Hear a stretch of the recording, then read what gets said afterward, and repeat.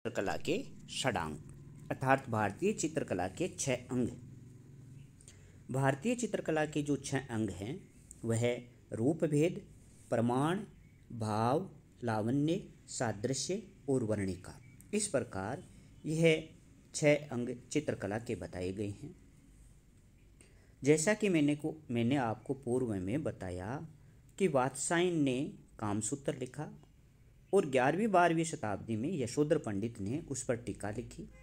उसके अंतर्गत यह 6 प्रकार के चित्रकला के अंग बताए गए हैं, जिनको एक श्लोक के माध्यम से अभिव्यक्ति दी है। यह जो श्लोक है, रूप भेदा प्रमाणानि भाव लावण्य योजनम सादृश्य वर्णिका भंग इति चित्र षडकम।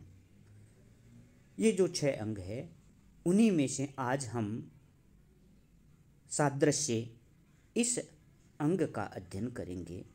चित्रकला के इस अंग की आज हम चर्चा करेंगे। राजकीय महाविद्यालय किशनगढ़ से मैं डॉक्टर पवन कुमार जांगीड़, सहायक आचार्य चित्रकला। प्रिय विद्यार्थियों, आज का हमारा टॉपिक है सादृश्य। सादृश्य का अर्थ है आकृतियों की अनुरूपता, अर्थात जैसी वस्तु आपको सामने दिखाई देती है वैसा का वैसा ही चित्रण कर देना सादृश्य है। आकृतियों की अनुरूपता अर्थात वस्तु विशेष की प्रकृति से समानता का होना। जैसे आप इस चित्र में देखिए, सामने जो पहाड़ हैं वैसे के वैसे ही चित्रकार ने चित्रित कर दिए, अर्थात इसमें आकृतियों की अनुरूपता है, समानता है, यही सादृश्य है।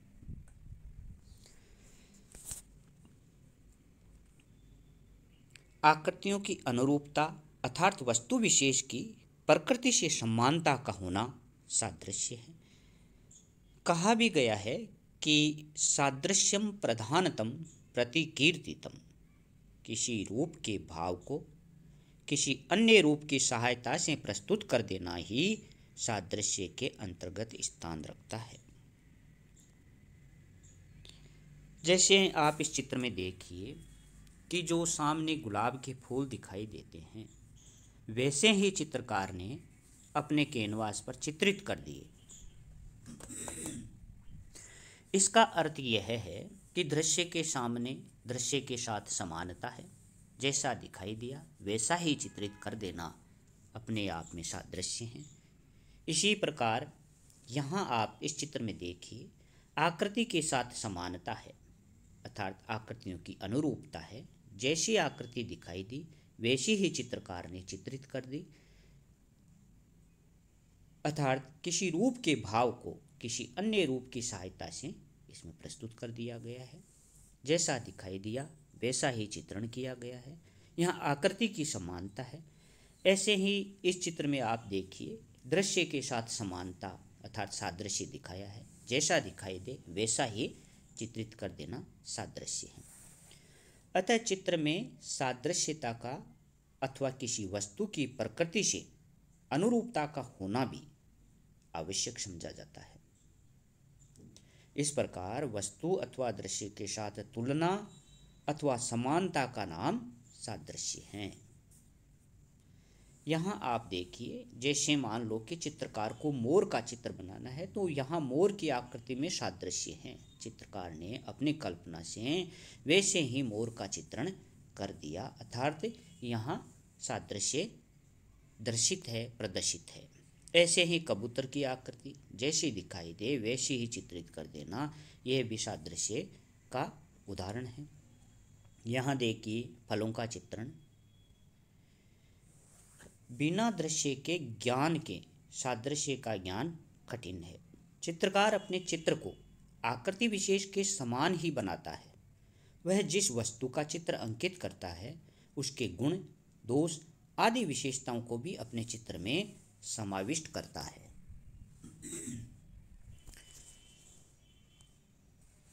यही कारण है कि एक चित्रकार की कृति कैमरे से खींचे गए चित्र से कहीं अधिक श्रेष्ठ ठहरती है, क्योंकि उसमें अमुक आकृति से अनुरूपता तो होती ही है, साथ ही साथ चित्रकार के मस्तिष्क में उस वस्तु विशेष को देखने के साथ जो भाव उठते हैं, उनमें भी सादृश्य वह चित्र में स्थापित कर देता है, करता है। इसी प्रकार यदि किसी वस्तु का चित्र अंकित करते समय उसमें उस विशेष वस्तु से तुलना का अभाव है, तो वह उस वस्तु विशेष का चित्र नहीं कहा जा सकता, अर्थात उस चित्र में उस वस्तु विशेष के साथ सादृश्य का कहीं न कहीं अभाव है। जैसे कई उदाहरण हैं ऐसे। उदाहरण के लिए यदि कृष्ण का चित्र अंकित करते समय चित्रकार उन सभी विशेषणों को उस चित्र में अंकित नहीं कर पाता या अंकित नहीं करता है जो कृष्ण से संबंधित है, जैसे मोर पंख का मुकुट व बंशी आदि तो दर्शाने ही है, यह चित्र कृष्ण का न होकर कुछ और ही होगा। जैसे मोर पंख का मुकुट व बंशी आदि तो दर्शाने हैं, तो वहाँ कृष्ण न होकर चित्र और ही होगा, क्योंकि इस चित्र में कृष्ण से सादृश्यता का यहाँ अभाव हो सकता है। जैसे आप इस चित्र में देख सकते हो, है ना, तो यहाँ पर कृष्ण चित्र, यह श्री राम का जैसे चित्र है, तो आप यहाँ भी इस चित्र में राम के चित्र में चित्रकार को धनुष बाण लिए हुए दिखाना होगा, तभी यह राम का चित्र कहलाएगा। जैसा आप इस चित्र में देख सकते हो, यहाँ धनुष बाण लिए हुए राम का चित्र अंकित चित्रकार ने किया है। इस प्रकार चित्र यदि किसी देखी गई वस्तु का हो अथवा कल्पनाजन्य अर्थात कल्पना से बनाया गया हो, दर्शक उसे पहचानने में किसी दुविधा में पड़े, तो यही चित्र का उत्तम सादृश्य है। अर्थात चित्रकार यदि उसको तुरंत पहचान लेता है, किसी दुविधा में न पड़े और तुरंत कह देता है कि यह राम का चित्र है, यह कृष्ण का चित्र है, तो इसका मतलब यह चित्र उत्तम सादृश्य वाला चित्र है। और यदि वह दुविधा में पड़ जाए और यह पहचान नहीं कर पाए, तो इसका मतलब, इसका अर्थ यह है कि उस चित्र में सादृश्यता की कमी है। भारतीय चित्रकला के इस अंग का महत्वपूर्ण स्थान है। चित्रकला का यह अंग प्राकृतिक उपमानों से बहुत प्रभावित है, जिसमें सत्य को सुंदरम के साथ चलाने का आग्रह लक्षित होता है। वस्तु की यथार्थपूर्ण प्रतिकृति भी कई बार सादृश्य नहीं है, बल्कि वस्तु के स्वभाव को भावाभिव्यक्ति व्यंजना हेतु चित्रित रूप में लोच देना भी सादृश्य है। सादृश्य भाव इति सादृश्य। जब भी कलाकार किसी रूप का सृजन करता है तो वह प्राकृतिक व स्वाभाविक नहीं रह जाती, इसलिए स्वरूप शब्द का व्यवहार होता है। इसमें सादृश्य लिए रूप की अवशिष्टि होती है। साहित्यिक संदर्भों में अनेक उल्लेख मिलते हैं जहाँ राजकुमारी अपने स्वपनचारी राजकुमार के लक्षण पहचान कर अपनी सखी को बताती है, और वहीं उसकी सखी लक्षणों के आधार पर राजकुमार का व्यक्ति चित्र बना देती है। सादृश्य का यह उत्तम उदाहरण है, सर्वाधिक उज्जवल उदाहरण है। इस प्रकार भारतीय कला में सादृश्य का असाधारण महत्व रहा है। चित्रे सादृश्यकरणं प्रधानम प्रकीर्तितम। अतः सादृश्य का चित्र में वही स्थान है जो उपमा अलंकार का काव्य में है।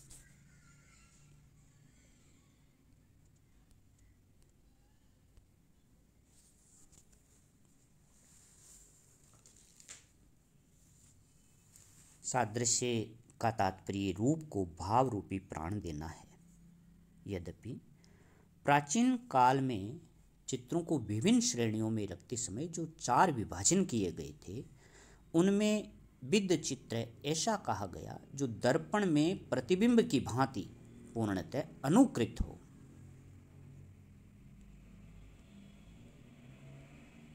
यहाँ आप इस चित्र में देख सकते हो, जिसको विद्य चित्र कहा गया था, जो दर्पण में प्रतिबिंब की भांति पूर्णतः अनुकृत है, किंतु चित्र में यांत्रिक सादृश्य तो होता ही नहीं, वह मन के माध्यम से रचित चित्रकार का संकल्प होता है। कोरा सादृश्य जड़ व प्राणहीन हो सकता है।